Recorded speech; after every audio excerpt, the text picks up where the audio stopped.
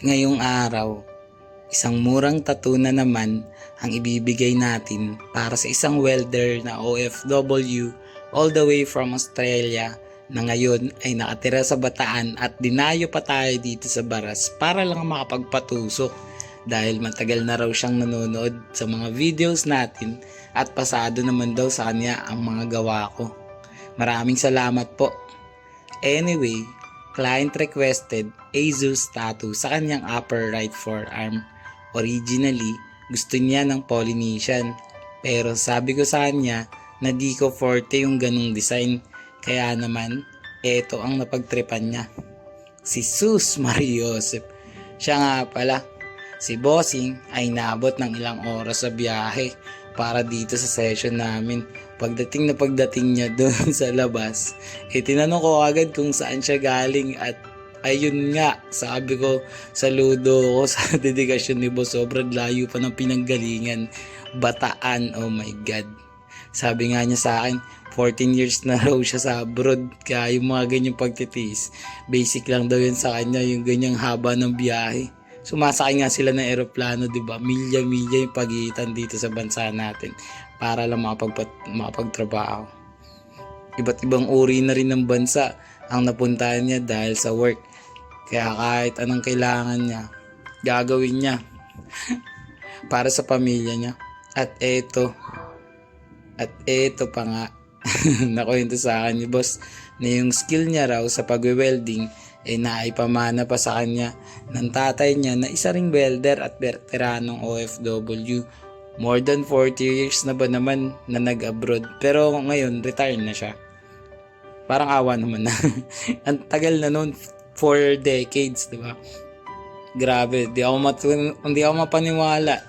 Napakwento pa ako sa kanya, kaya eto nga, base daw sa experience ng tatay niya nung araw, sobrang hirap daw malayo sa mga mahal sa buhay. Kasi dati di pa ganong uso ang telepono at wala pang cellphone na nasa bulsa lang na pwede mong gamitin para matawagan at makontak ang mga naiwan.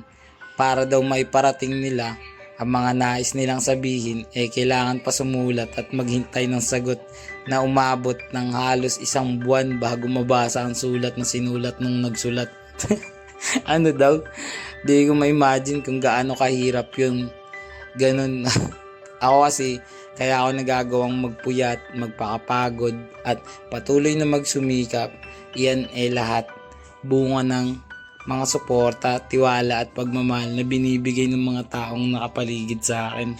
Kaya hindi talaga ako magsasawa magpasalamat at hindi rin ako makakalimot. Kaya sa mga tumulong sa akin dyan, alam nyo na.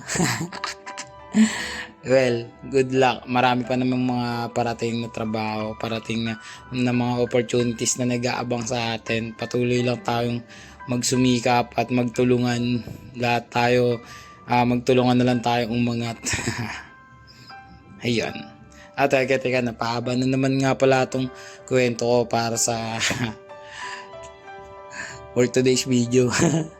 Para mabilis ang usapan, kontakin nyo na ako sa FB page More Than Vlogs. Text o tawagan ako sa cellphone number ko 0970-825-0395. Bago matapos tong video, panoorin at alamin natin ang tattoo client review. Let's go! Boss, tapos na yung tattoo natin. Anong masasabi mo? Kailangan nyo pa bang itanong sa akin yung rate niyan? Kung rate 1 to 100, nasa 101 yan. Sumobra pa. Sulit, ang dayo. Yun. Ang Bataan. Layo, guys. Isipin nyo yun. Tapos, solid follower and viewer natin. Nanonood talaga yan sa atin. Tayo ang maswerteng napili ni Boss. Saan nga bansa, Boss, yung pinagtatrabahuan mo? Australia. Australia pa yun, guys, galing. Upper forearm na Zeus. Tapos, cover up ng pangalan. St. Michael. Diba? Tapos yun, St. Michael. Solid. Ilang oras Dito din na yan. Ulit ka pa ba, Boss? Uulit pa. Hindi naman masakit eh. Yun. Salamat, Boss, sa tiwala. Maga ang kamay niya. Promise, di kayo magsisisi. Kahit dumayo kayo dito, kita nyo ang resulta. Isang session lang ang tibay mo, Boss. Salamat ulit sa tiwala.